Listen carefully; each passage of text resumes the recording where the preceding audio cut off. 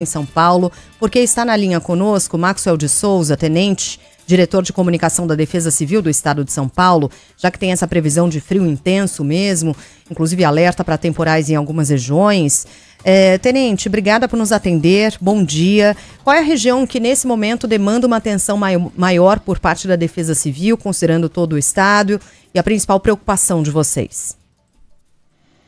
Olá, Sheila, bom dia Megali, bom dia, Carla, um prazer falar com vocês. A Defesa Civil está totalmente mobilizada, Sheila, nós estamos mobilizados em todo o estado porque desta vez a frente fria avançou por todo o estado de São Paulo, a massa de ar polar, como a Stephanie falou, se estabeleceu sobre o estado e o frio vai se estender em todas as regiões. Ontem nós tivemos a passagem da frente fria com muitos ventos, infelizmente tivemos uma morte no litoral, em Santos, um motorista de caminhão acabou morrendo, 6 containers em Santos tombaram em razão dos ventos, um desses containers caiu sobre a boleia do caminhão e ele infelizmente ficou preso ali nas ferragens e faleceu. Bertioga, problema também com vento, uma tenda foi arrastada, ia ter um show ali e ela foi arrastada. Em Peruíbe, problema com árvore, e em Praia Grande o teto de um posto de combustível veio abaixo também.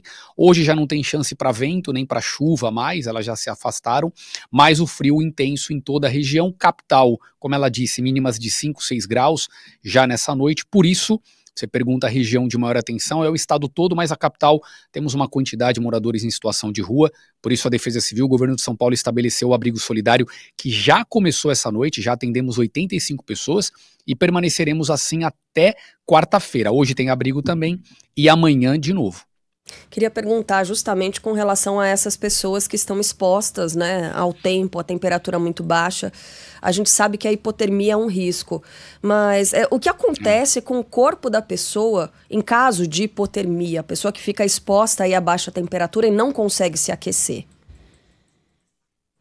Na verdade, ela acaba adormecendo, né? O que a gente nota, a pessoa adormece, a temperatura vai caindo, circulação sanguínea vai diminuindo, batimento cardíaco, pressão arterial, ela acaba tendo uma parada ali vascular, uma parada respiratória, enfim, uma parada dos órgãos e acaba morrendo muitas vezes adormecida, né?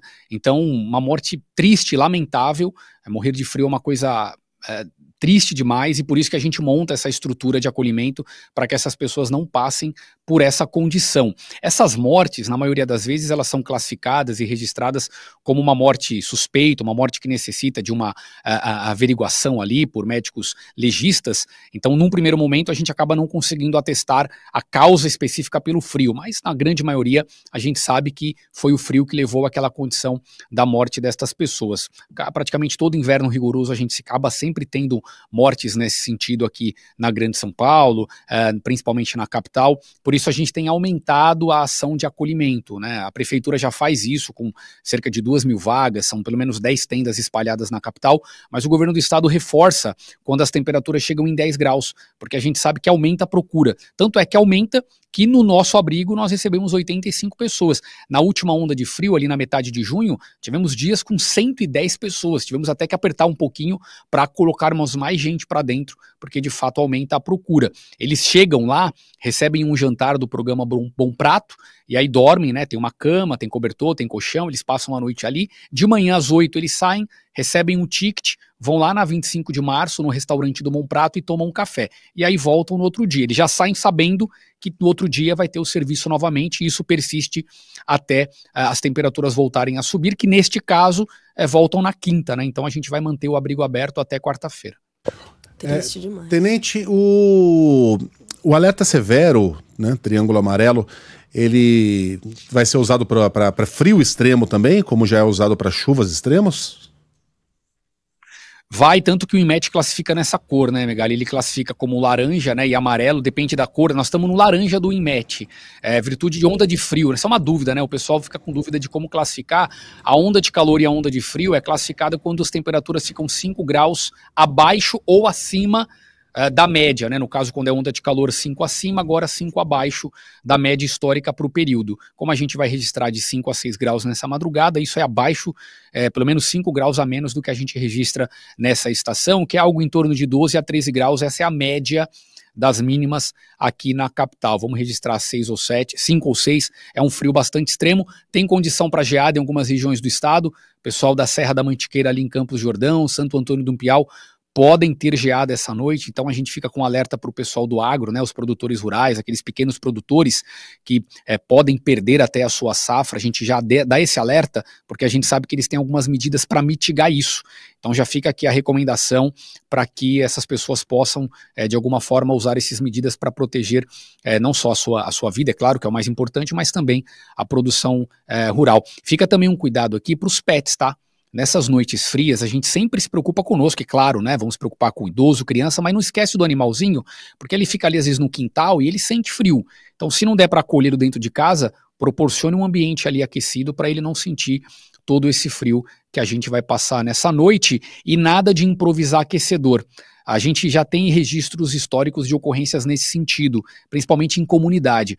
O pessoal improvisa. A gente já viu o caso do pessoal ligar o forno do fogão, ligar a boca do fogão, fazer fogueira dentro de casa, acender latinha com álcool dentro de casa, tudo para driblar o frio, né? A gente compreende ali a situação, mas recomenda que não se faça em virtude do risco. Já teve incêndio em comunidade que foi causada por essa situação. Num caso desse, o que a gente pede? Ligue para 156 ou para o 199, a gente manda uma equipe da assistência social para acolher essas famílias. A campanha do agasalho já começou, tem material para doar, tem serviço para ser feito. E eu finalizo falando em relação aos aquecedores.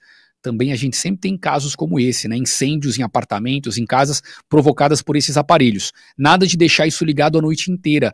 O pessoal liga e vai dormir, aquilo resseca o ambiente e pode gerar um incêndio, sobrecarrega a rede elétrica. Deixa ligado por 1, 2 horas ou até 3 horas antes de dormir, quando for deitar, puxa da tomada, o quarto já vai estar quentinho, dá para ter uma noite aquecida sem riscos. Uhum.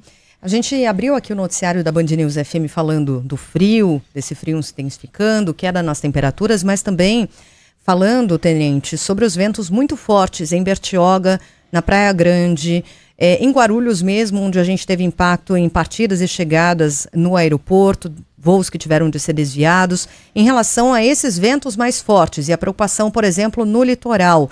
Defesa Civil tem monitorado também? Tem monitorado. Ontem a gente inclusive alertou a região do litoral, quando a gente já sabia que teríamos ventos fortes, de entre 60 a 80 km por hora. Já tínhamos alertado a segunda-feira para 2 condições extremas, chuva e frio. Tanto que a chuva veio um pouco abaixo do que a gente havia previsto. A gente tinha até previsto algum tipo de transtorno com chuva no litoral, podendo ter ali um ponto de alagamento em Santos, no Guarujá. Isso não se concretizou, mas os ventos sim. Tanto que a Marinha já tinha alertado para ventos fortes, 74 km por hora, e nós, da Defesa Civil, alertamos para algo em torno de 60 a 80 por hora. Os ventos ficaram na faixa de 70 no litoral. Pode ser que até tenham sido maiores, é porque as estações meteorológicas estão posicionadas em um ponto da cidade, mas o vento em outro bairro pode ter sido até maior. Veja que 6 containers vieram abaixo. Pensa quando pesa um container para que o vento possa tê-lo derrubado. A gente viu imagens na internet, os noticiários passaram imagens lá de Bertioga, dessa cobertura, que era um espaço de eventos que teria na cidade, foi arrastado como se fosse uma folha de papel. As imagens impressionam. Eu falo isso porque quando a população vê uma imagem dessa, que assusta, ela tem que entender o risco que isso causa. A gente está falando da força da natureza e a Defesa Civil tem essa obrigação de monitorar e alertar. Então, quando a gente alerta, é para levar a sério, porque pode realmente colocar em risco a vida das pessoas, como infelizmente esse trabalhador morreu. Então, quando a gente emite o alerta, é para não ficar perto de árvore, não ficar perto de antena, não ficar perto de elementos metálicos frágeis, porque o vento tem esse poder, tem essa força destrutiva, e isso pode fatalmente cair sobre alguém. A gente monitorou, alertou, acompanhou essa ocorrência. Uma equipe nossa foi, né, da Defesa Civil Municipal foi até lá, em Bertioga, a outra foi em Praia Grande. Praia Grande caiu o telhado de um poço de combustível, despencou. Felizmente, ninguém ficou ferido. A árvore a gente teve registro em praticamente todas as cidades do litoral. O bombeiro aqui de São Paulo, da capital, registrou também mais de 100 quedas de árvore. Felizmente também ninguém ficou ferido, mas a gente teve problema com o vento ontem. Para hoje já não tem mais condição de vento, né? O que aconteceu ontem foi a frente fria se arrastando para o Rio de Janeiro, ela passou e aí gera muita instabilidade e os ventos são consequência disso. Hoje o que fica realmente é a massa de ar fria, o alerta fica para o frio que vai esfriar. A gente vai dormir. O Megali falou da mar. Eu tô tentando entender, viu, Megali, aqui. Eu prometo que até o final eu vou entender. Parece que faz sentido sua colocação. Não, faz todo sentido. Vamos lá. Não, mas vamos lá, gente. Eu tô tentando aqui. Não, mas vamos lá. Aqui fazer. Eu fui atrás da informação. Vai. E é o seguinte. E aí? Eu também quero O Megali está certo do ponto de vista lógico. Se a mínima invertida, qual é o outro ponto de vista invertida. que existe? Ponto de vista de nomenclatura de fenômenos meteorológicos. Utiliza-se mais... Nomenclatura de fenômeno meteorológico? Você quer explicação ou você não quer? Eu quero. Tá bom. Não, mas não, tô brincando. Você tá certo. Era isso que você queria ouvir. Como de hábito, não, mas né? aí... Quando o cara tá certo e é espinafrado por metade da redação, dos ouvintes, né? Tudo bem. Não, é só Mas uma a culpa é sua, ponderação. tenente. O que é uma flecha a mais pra São Sebastião, né? Mas aí Tenente? é só uma ponderação. Você está certo, a lógica é essa mesma. Usa-se mais o termo mínima invertida, porque é o que, em geral, assusta mais as pessoas. Quando você fala que vai fazer 4 graus. E não, quando você fala, vai fazer 22 à noite, entendeu? O problema é você falar de temperaturas muito baixas em horários completamente... O nome disso é sensacionalismo, né? Isso, tá escolhendo basicamente o termo, é tá isso. escolhendo o termo que assusta mais as pessoas. Tudo bem. Isso. Resumiu Quando bem. eu falo que a gente tem que ter uma reforma no ensino... Ai, isso inclui a faculdade. Tenente, obrigado, viu? Por esse momento. Eu voltei com esse assunto para gerar polêmica, mas bom é que trouxe a explicação, tá? O Viu? Megali estava Pronto. certo. Então, a máxima e a mínima invertida, hoje tem condição para as duas coisas, mas o importante é deixar claro para a população que a noite vai esfriar, vai fazer frio, a gente dorme hoje com temperaturas maiores do que a gente acorda amanhã.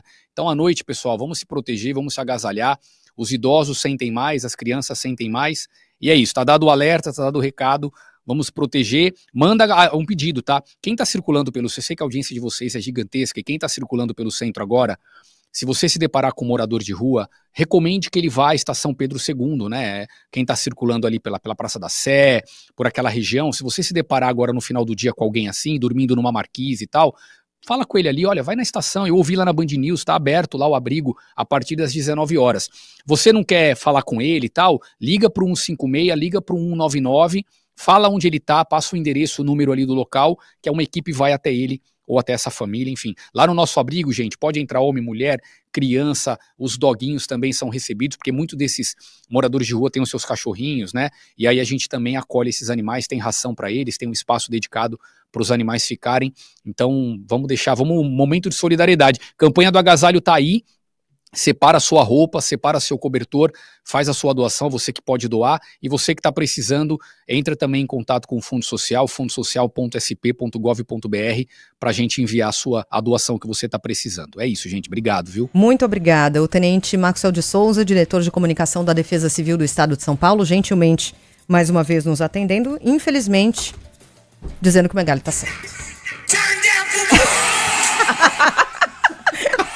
Eu odeio ter de admitir, Tenente. Obrigado, Brasil.